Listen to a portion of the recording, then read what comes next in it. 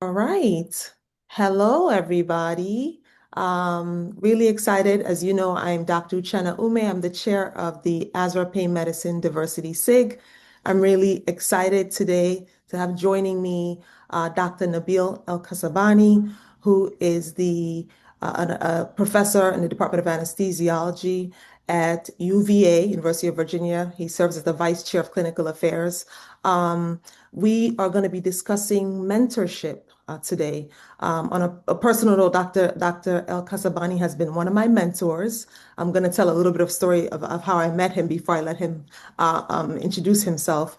But I was an attending anesthesiologist at NYU Langone, and he visited our department for grand rounds. And the chair of the department at that time, the chair of the department, Dr. Andy Rosenberg, invited me to go to the dinner with Dr. El-Kasabany. So that's the first time that I met him in person. And we started chatting, and I talked to him about my interest in regional anesthesia. And we developed a relationship. And I remember he told me, just keep applying for things. So I said, I applied for this and I didn't get it. He just said, keep applying. And then the next year, he invited me to join the workshop at ASA. And then I did the workshop with him subsequently since then. So that's how I know Dr. El-Kasabany. So Dr. El-Kasabany, if you introduce yourself, then we'll kind of talk a little about mentorship and your view of mentorship overall. Well, thank you, Shanna.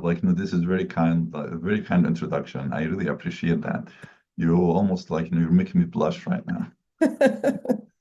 So I'm Nabil Elkassabany. Again, as you Shanna said, that I work at the University of Virginia. Here, I wear different hats. I am the vice chair of clinical operation, and I also am the medical director of the perioperative services, where we lend our services across so many sites, 6 sites, so far. But in my heart of heart and my passion is for, as most of you are, for regional anesthesia and acute pain medicine, by training, okay, clinical interest, academic interest, that all essentially funnels down to interest in regional anesthesia and acute pain medicine. I have had, I ended up in Charlottesville by way of Alexandria, Egypt, Baltimore, Philadelphia, Gainesville, Philadelphia, right? Charlottesville, right? This is just in short, a journey, And the and journey continues. the journey is still ongoing, Yes. right? And it is exciting. It has been a very fulfilling career that I'm very grateful for, and I'm very grateful for everyone. We're talking about mentorship.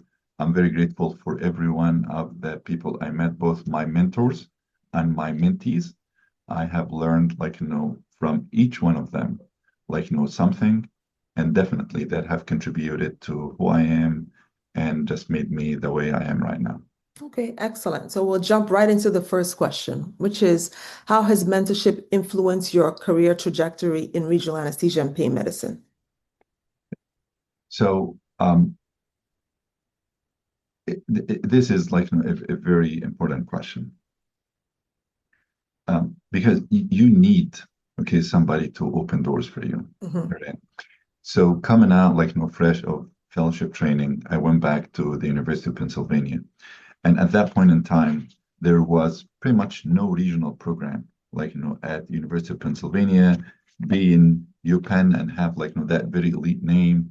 It's like an Ivy League, but it really did not have any program whatsoever. Mhm. And it's always that you need somebody to lend a hand. And at that point, the department chair was really believing in the mission and just having a service. And that person was Lee Flesher at that point in time. Mhm. And he helped me a lot. He helped me, of course, he didn't have anything to do with regional anesthesia. Yeah.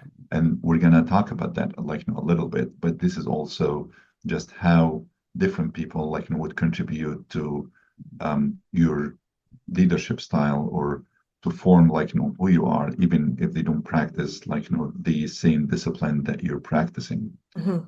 Meaning that he showed me how to be a leader. He always was advising me on how to deal with people, on how to really form a service.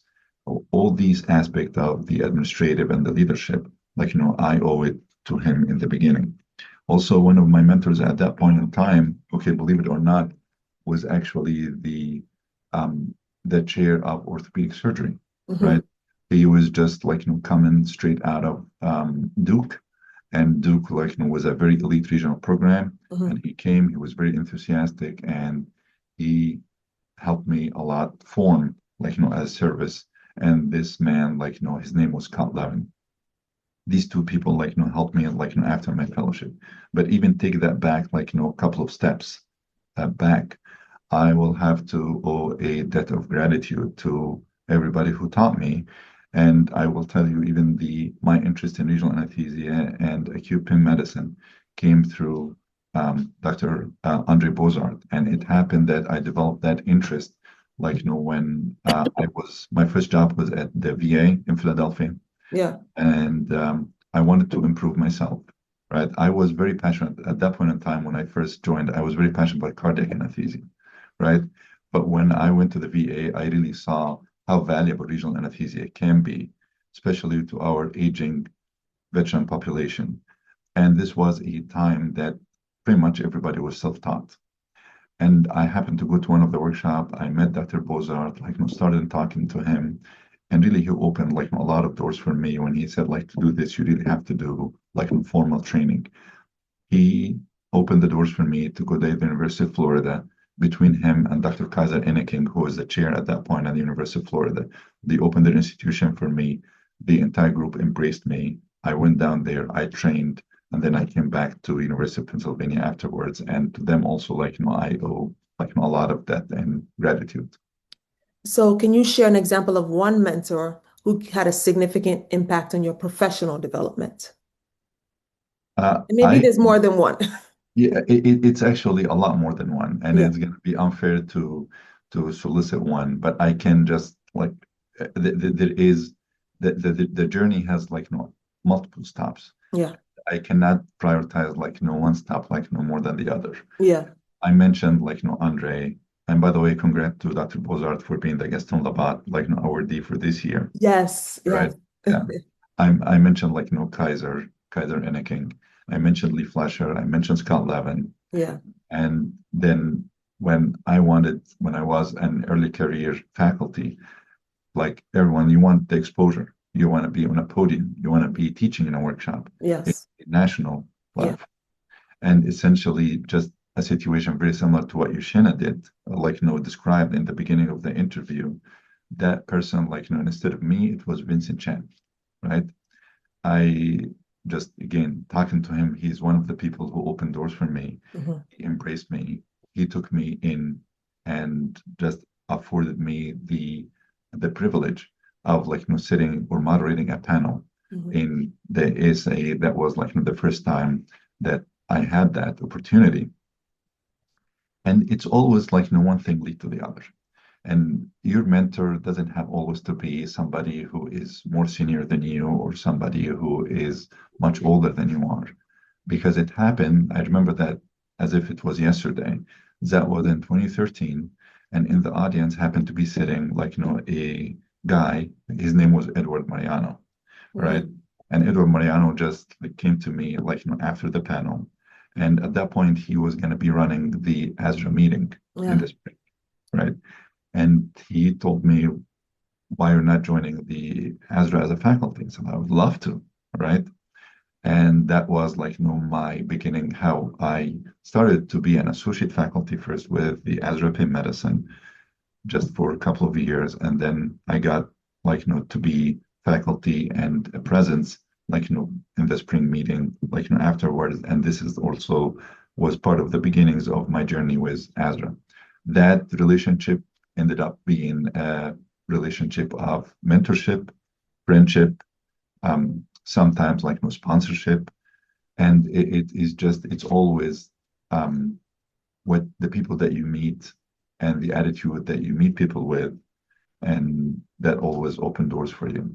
So I think your question is a little bit unfair, honestly, when Yes. you're asking me to ask for one person who's going to be, like, your mentor.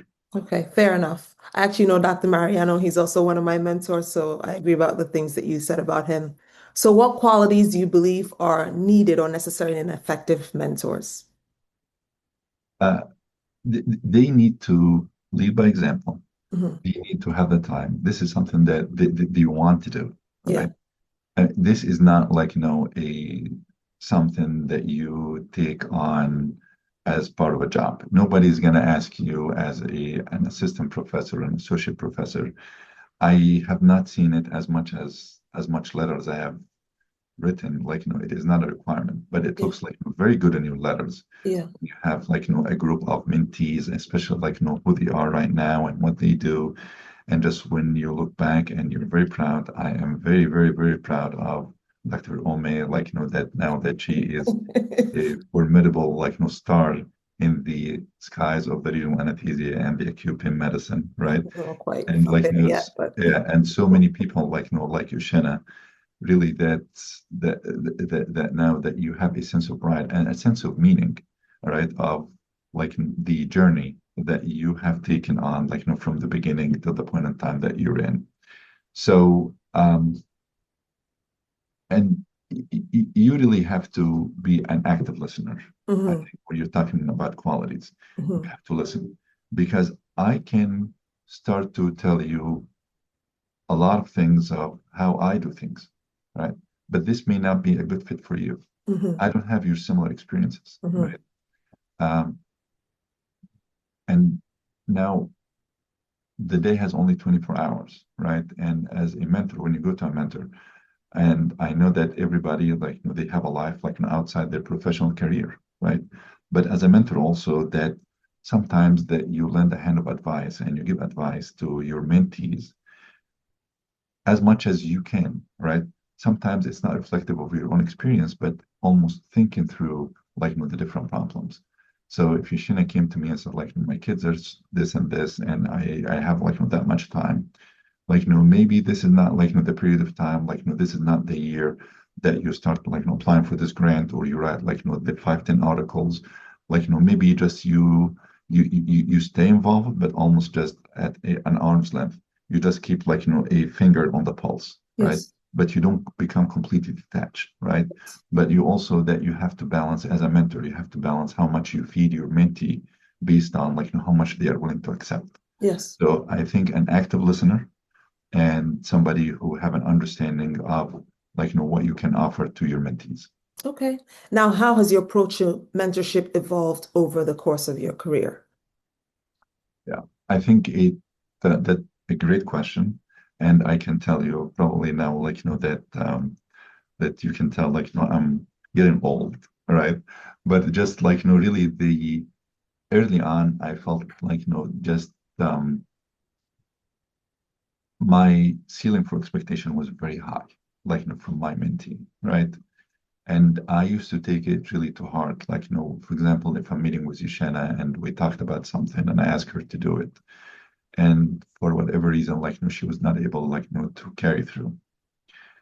I used to be really taking that, like, to heart and just like, oh my God, like, no, she's not like doing X, Y, Z. But this is like, when I learned really to meet like, mentees in general, like where they are and at different stages of their life. Because as a person, like you are a person, you're not only an anesthesiologist, you're not only a professional. You're a Hmm professional, you're a mother, you're a father, you have like kids, like you are an entire package, hmm right?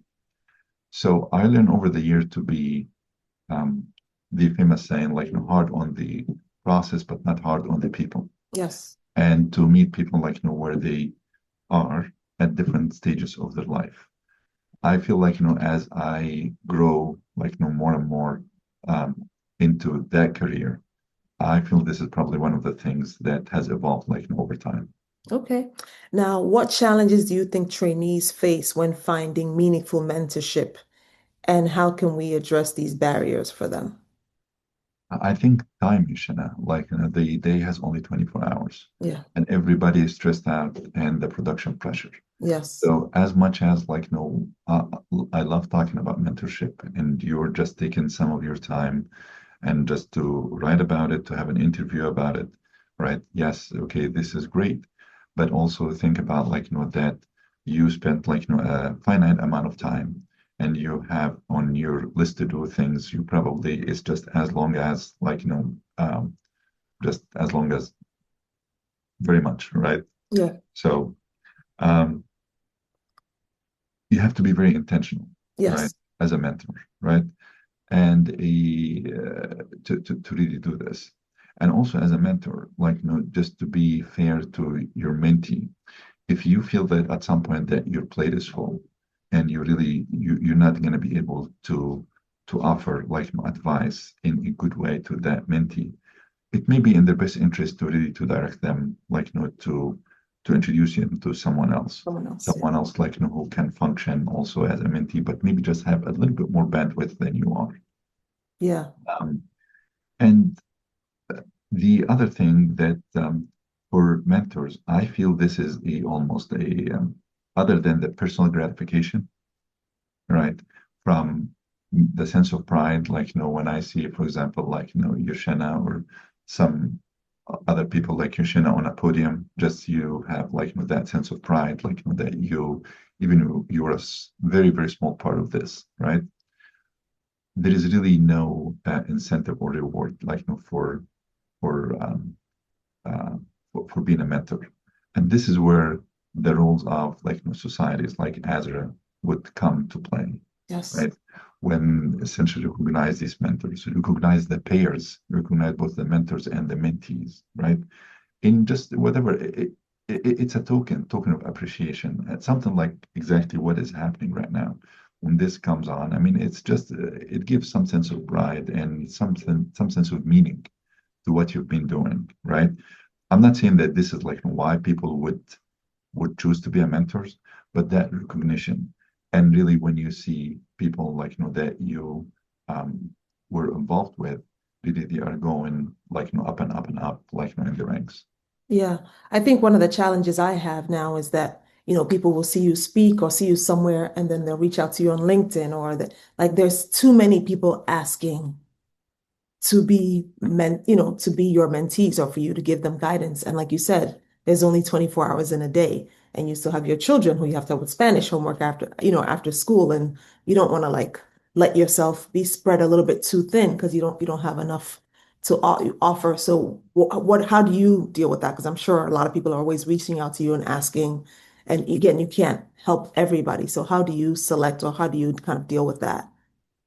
So it really it's very hard to turn somebody down Yeah. if they're reaching out for help. Yeah. So as much as possible you try to lend a hand within the constraints of your day, how busy you are, and how much you can fit that person in, right?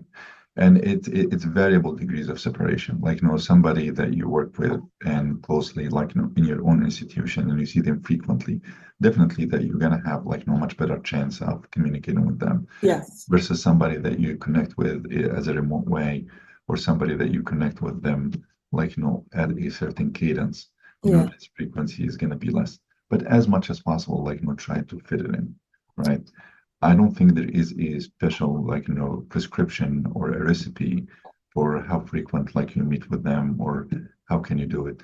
But if this is something that you really believe in, that this is a, a fundamental part of the mission that you do and in the heart of what you do, I, I feel it will not be a problem.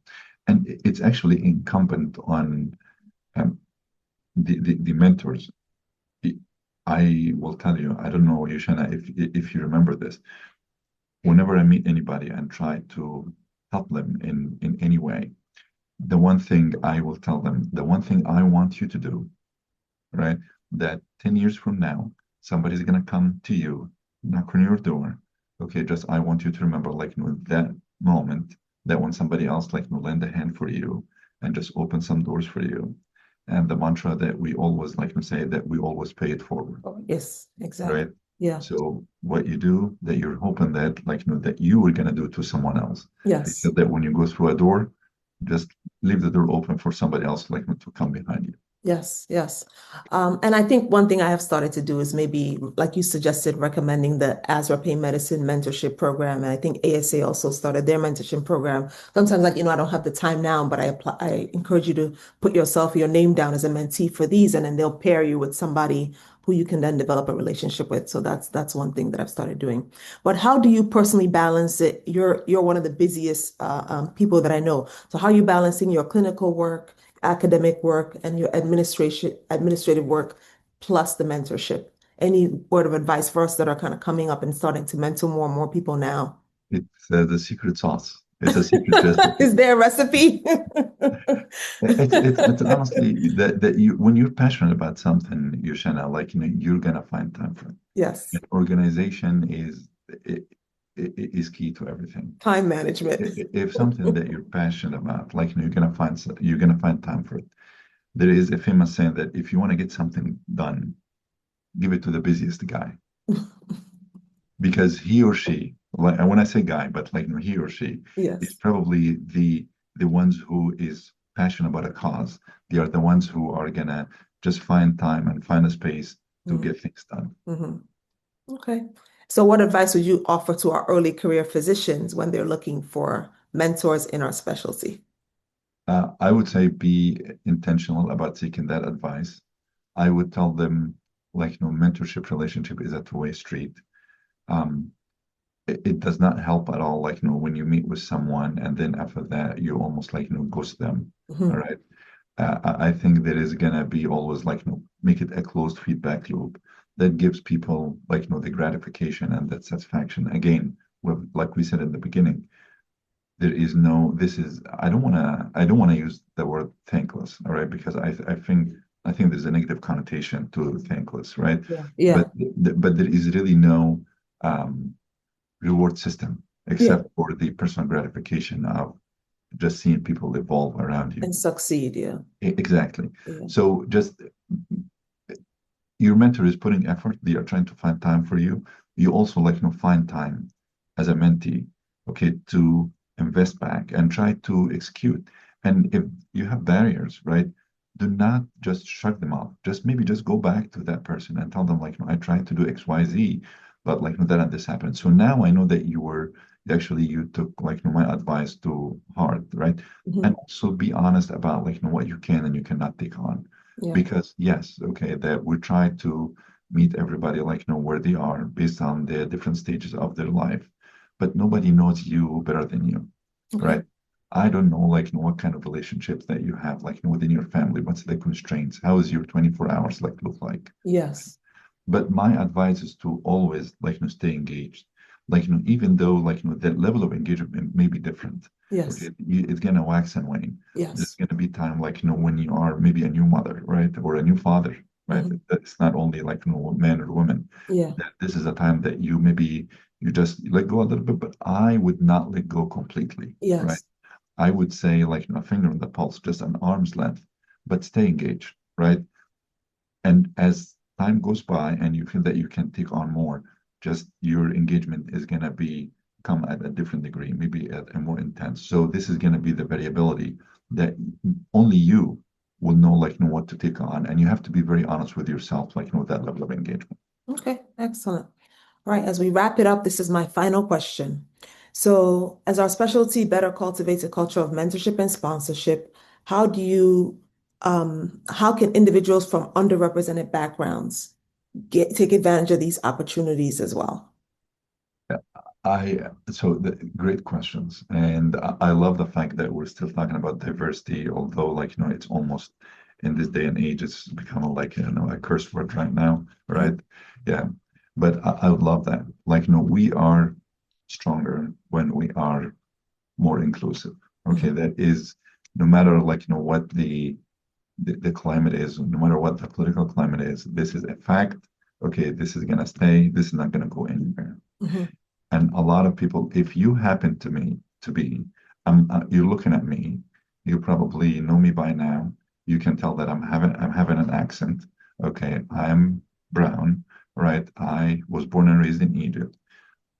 Okay, you're also like, you have different skin color. There's gonna be somebody else like, with a different skin color. But when people like look at you on a podium and they see like your example, this is going to be the biggest motivation for them. I Mhm. want to be like Dr. Umeh, right? I want to be like Dr. E. right?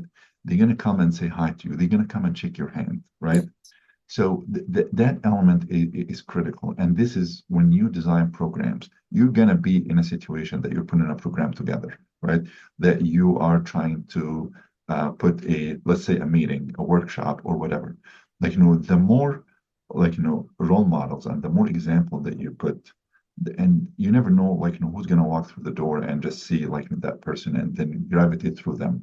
Yes. So I would say, like, this is something that you can look at this two ways. You can make it almost as a window dressing, Hmm. and we can put it as a slogan, right? Or you can really live it, Yeah. right? And really try to live by it and make it as part of something that you really believe in. I think this is, like, key to do that. So I think this is beyond words. I mean, Yushana, there is no prescription for this. I'm not gonna tell you, like, no big words, but this is something that you live. You have to make it, like, as part of, like, everything that you do in your everyday life. Yeah. Well, thank you so much, Dr. Elkassabany. We appreciate this. Thank you for taking out the time. Thank you, Hopefully Yushana. looking forward to seeing you at one of our upcoming meetings. And thank you for the words of advice, and we'll keep in touch. I appreciate you. I appreciate your listeners, and I appreciate the opportunity to speak with you and speak with your listeners. And we are always here to help. And thank you very much for having me, and I appreciate it.